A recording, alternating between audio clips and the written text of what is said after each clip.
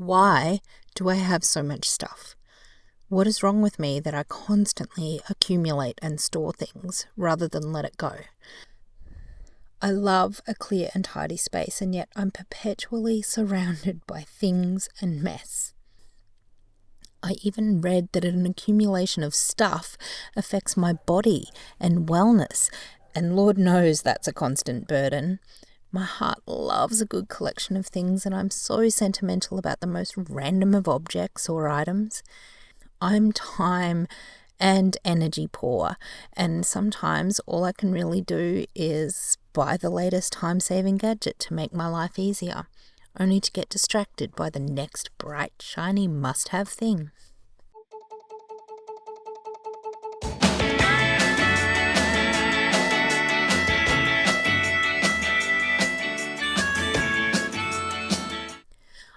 G'day lovelies, if you're new here, my name is Mel and I share content around my efforts to get sorted in my home, heart, body and soul.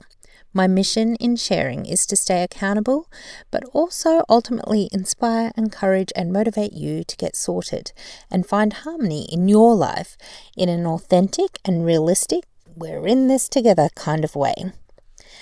So as mentioned in the beginning, I have a hoarder's heart and I tend to accumulate all sorts of things and I'm constantly spending and consuming.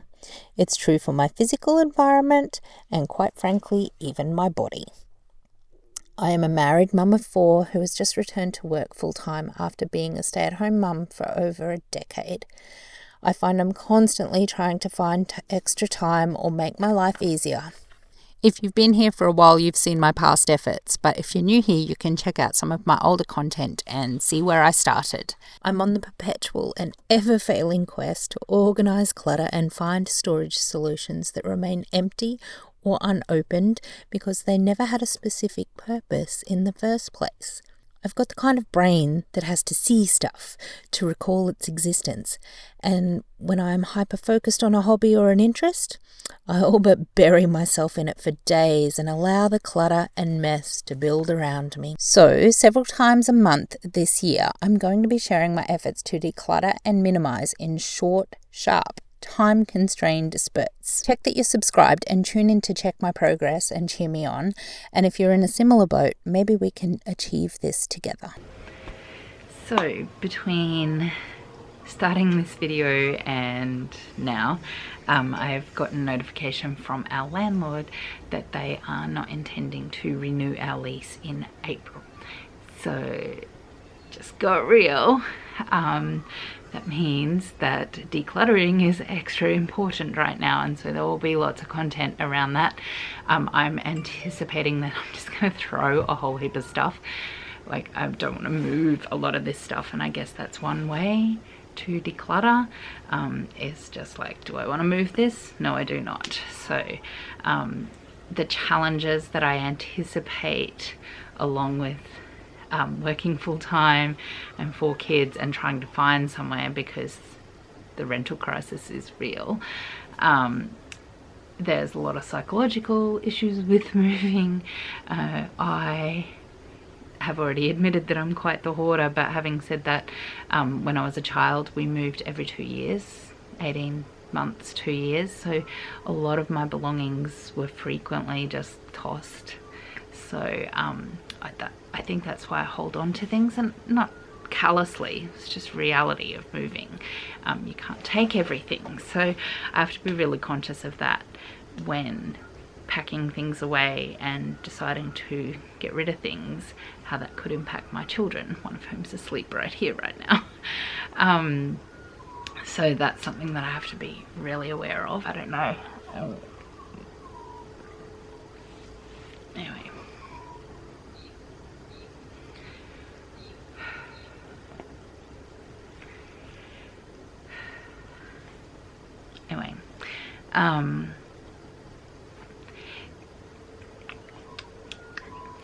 Yeah, so trying to find somewhere is going to be a challenge. We anticipate that it'll be much smaller than where we are because there's not a lot in our price range that will fit us all and all of our stuff. So we have to be either really ruthless and get rid of a whole heap of things, or well, we will. There's no option in that. We have to get rid of a whole heap of things, like half the house, quite frankly. So it's going to be hard, but oh well. What can you do? We have no choice. So with all that being said, that just makes this declutter series all that more important, and hopefully I capture enough to inspire and encourage others. It's going to be an emotional challenge for me, and something that I'm prepared for, and kind of roundabout way. We have 3 months to pack up and move.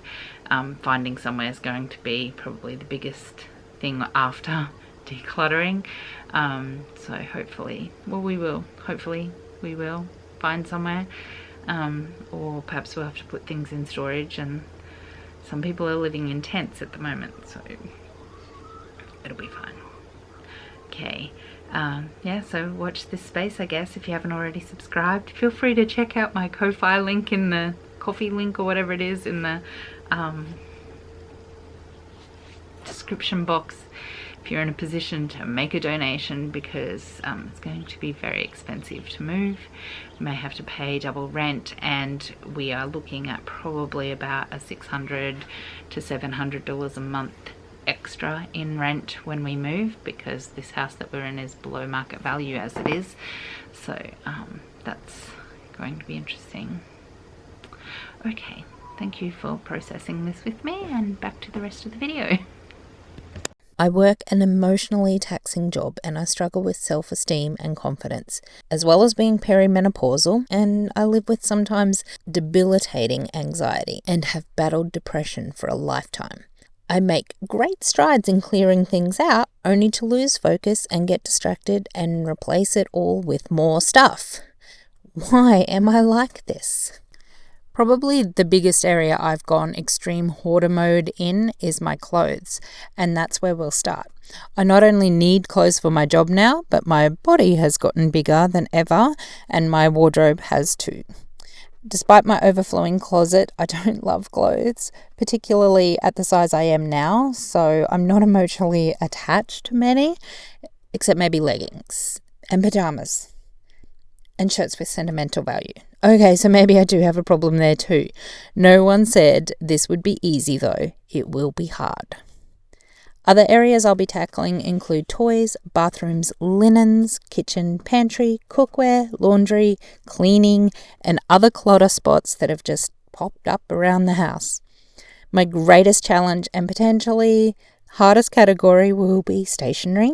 I love stationery. It's bordering on obsession, and I'm not even sure I can truly overcome that, or if I even really want to.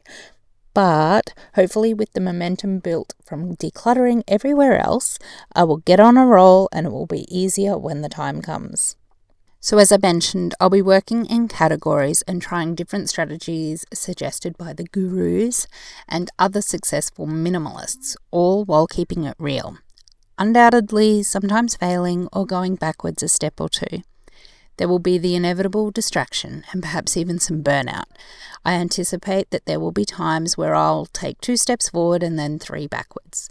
The difference this time is that in the past I would have beat myself up for failing, but this time I'm determined to embrace my warts and all efforts and practice self-compassion, kindness, and forgiveness. Sometimes I might even need to call on you to pull me out of a slump or shame spiral. So even if you don't struggle in the same way I do, there's a place for you here in this journey too. None of us are perfect, and maybe there'll be aspects of your life that may change by being on this journey with me. I have to remember, and here's a reminder to you, a space is never truly fully done. It requires maintenance and self-compassion to persevere. I mean, I've proven that time and time again over the years. All my decluttering videos, and I'm never done. In fact, sometimes it just gets worse. But you know what? I've let that thought hold me back before. Why bother? You'll just go back to where you started again. But that's not entirely true. I learn something new every time. I do get stronger and better, and things have improved over time. It hasn't been in a single video, or a day, month, year, or even a decade if I'm honest, but I am different, and I have changed, and I have hope for the future Mel, and how life can be. I'll continue to share that because I want you to feel hope too. We all have struggles and battles in life, and it can all feel hopeless and pointless sometimes, but we can do this. We can create the life we want. Let's do this. Thanks for watching this video, and don't forget to subscribe to the channel for more content like this. Let's conquer clutter together.